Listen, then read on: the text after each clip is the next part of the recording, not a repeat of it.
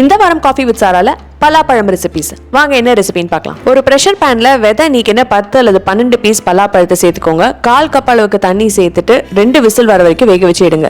இப்போ ஆற விட்டதுக்கு அப்புறமா இதை ஒரு மிக்ஸி ஜாருக்கு மாத்திட்டு நல்ல பேஸ்டா அரைச்சு எடுத்து வச்சுக்கோங்க. ஒரு பேன்ல நெய் சேர்த்துட்டு அதுல தேங்காய், முந்திரி, திராட்சை எல்லாத்தையும் வறுத்து எடுத்து வச்சுக்கலாம் தனியா. அதே பேன்ல நம்ம அரைச்சு வச்ச பலாப்பழ விழுது சேர்த்துக்கலாம்.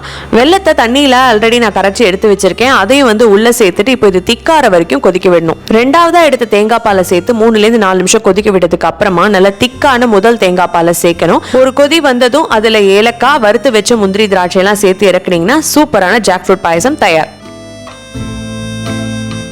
இன்னைக்கு காஃபி வித் சாரால பலாப்பழம் ரெசிபி 2 செய்யலாமா? ஒரு கப் அளவுக்கு கொட்டை நீக்கிய பலாப்பழ சுளைகளை எடுத்து ஒரு மிக்ஸி ஜாருக்கு மாத்தி அது ஒரு பேஸ்டா அரைச்சுக்கணும். ஒரு பவுல்ல ஒரு கப் அளவுக்கு அரிசி மாவு, நம்ம அரைச்சு வச்ச பலாப்பழம் பேஸ்ட், 1/4 கப் அளவுக்கு வெல்லம் கரைச்சது, துருவன தேங்காய் 3/4 கப், 2 டேபிள் ஸ்பூன் அளவுக்கு தேங்காய் துண்டுகளை நெய்ல வறுத்து அதை உள்ள சேர்த்துக்கிறோம். 1/4 டீஸ்பூன் சீரகத்தூள், 2 இடிச்ச ஏலக்காய், 1/4 டீஸ்பூன் அளவுக்கு உப்பு சேர்த்து எல்லாத்தையும் நல்லா கலந்துக்கணும். நாம இன்னைக்கு செய்யற இந்த ரெசிபி கேரளா ஸ்பெஷல் கும்பில் அப்பம்.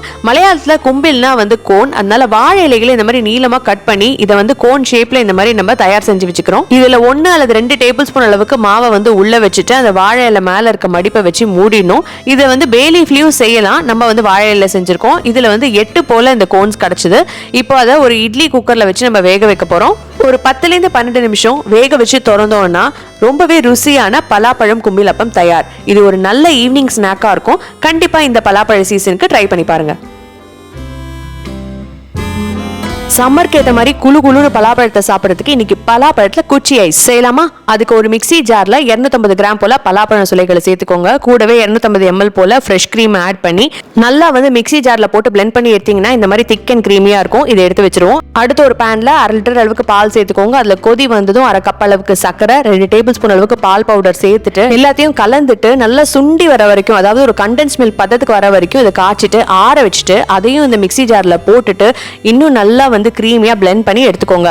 அடுத்து ஸ்டிக் ஐஸ்கிரீம் மோல்ட்ல எல்லாத்தையும் உள்ள சேர்த்துட்டு நம்ம ஸ்டிக்கையும் உள்ள சேர்த்துருவோம். பேலன்ஸ் இருக்கிறத ஒரு கண்டெய்னர்ல ஊத்திட்டேன். ஏன்னா கப் ஐஸ்கிரீமும் நமக்கு கிடைக்கும். ஸோ இது ரெண்டுத்தையுமே செட் பண்றதுக்கு பாத்தீங்கன்னா ஒரு நைட் வெயிட் பண்ணணும்.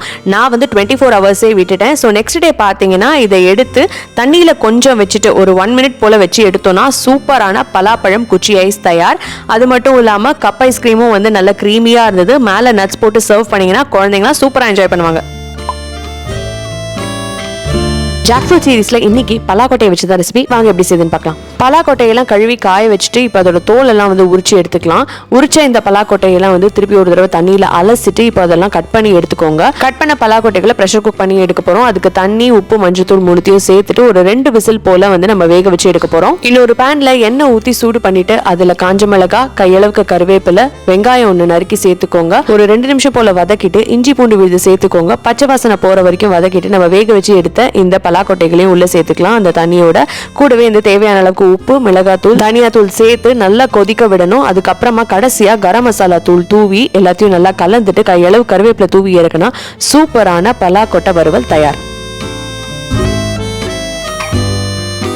ஜாக் ஃப்ரூட் சீரிஸ்ல இன்னைக்கு பலாக்கொட்டையை வச்சு லாஸ்ட் ரெசிபி எப்படி செய்யுதுன்னு பார்க்கலாம் வாங்க. பலாக்கொட்டையோட தோலை உரிச்சு ஏற்கனவே கழுவி சுத்தம் பண்ணி வச்சிருக்கேன். இப்போ அதை ப்ரெஷர் குக்கர்ல சேர்த்துப்போம். இப்போ அதில் தேவையான அளவுக்கு தண்ணி சேர்த்துட்டு உப்பு, மஞ்சத்தூள் 2மே சேர்த்துட்டு ஒரு 1/2 மணி நேரத்துல இருந்து 3/4 மணி நேரம் வரைக்கும் அதை ப்ரெஷர் குக்கர்ல வேக வச்சு எடுத்து வச்சுப்போம். ஒரு மிக்ஸி ஜார்ல 1/2 மூடி தேங்காய், 6 பல்லு பூண்டு, ஒரு கையளவுக்கு கருவேப்பிலை, 1/2 டீஸ்பூன் மஞ்சத்தூள், 1/2 டீஸ்பூன் அளவுக்கு மிளகாத்தூள் இது எல்லாத்தையும் சேர்த்து அரைச்சு தனியா எடுத்து வச்சுப்போம். பேன்ல தேவையான அளவுக்கு எண்ணெய் சேர்த்து சூடு பண்ணிட்டு அதில் 1 டீஸ்பூன் அளவுக்கு கடுகு, சீரகம், 2 காஞ்ச மிளகாய் சேர்த்துட்டு தேவையான அளவுக்கு கருவேப்பிலை சேர்த்து பொரிஞ்சதுக்கு அப்புறமா வேக வச்ச பலாக்கொட்டைகளை உள்ள சேர்த்து ஒரு 2 நிமிஷம் போல வதக்கிட்டு இப்போ நம்ம அரைச்சு வச்ச இந்த தேங்காய் கலவையை உள்ள சேர்த்துருவோம். எல்லாத்தையும் நல்லா கலந்துட்டு தேவையான அளவுக்கு உப்பு சேர்த்துட்டு மூடி போட்டு ஒரு 2 ல இருந்து 3 நிமிஷம் வேக விட்டுட்டு இறக்கும் போது ஒரு கையளவுக்கு கருவேப்பிலை தூவி இறக்குனீங்கன்னா அவ்வளோ வாசனையான டேஸ்டான பலாக்கொட்டை வறுவல் தயார்.